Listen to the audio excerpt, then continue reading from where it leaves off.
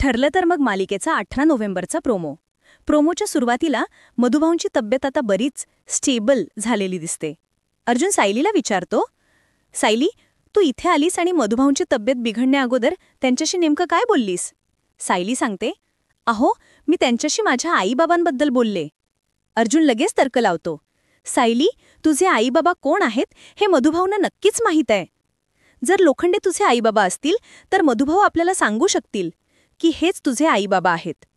यावर सायली आत्मविश्वासानं म्हणते, आणि जर का ते लोखंडे माझे आईबाबा नसतील तर हेही मधुभाऊ सांगू शकतील. सायली तातडीने सदा आणि मैना लोखंडे यांना हॉस्पिटलमध्ये बोलावून घेते. ते मधुभाऊंच्या रूममध्ये येतात. सायली मधुभाऊंची ओळख करून देते आणि म्हणते, हे माझे वडील सदाशिव लोखंडे आणि ही माझी आई मैना लोखंडे.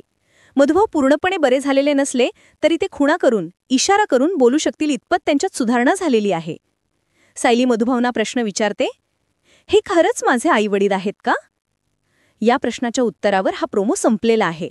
आता पुढील भागात मधुभाऊंच्या खुणेतून कोणते सत्य बाहेर येते हे पाहण्यासाठी प्रेक्षक उत्सुक आहेत. पुढील भागात भेटूया. तोपर्यंत नमस्कार.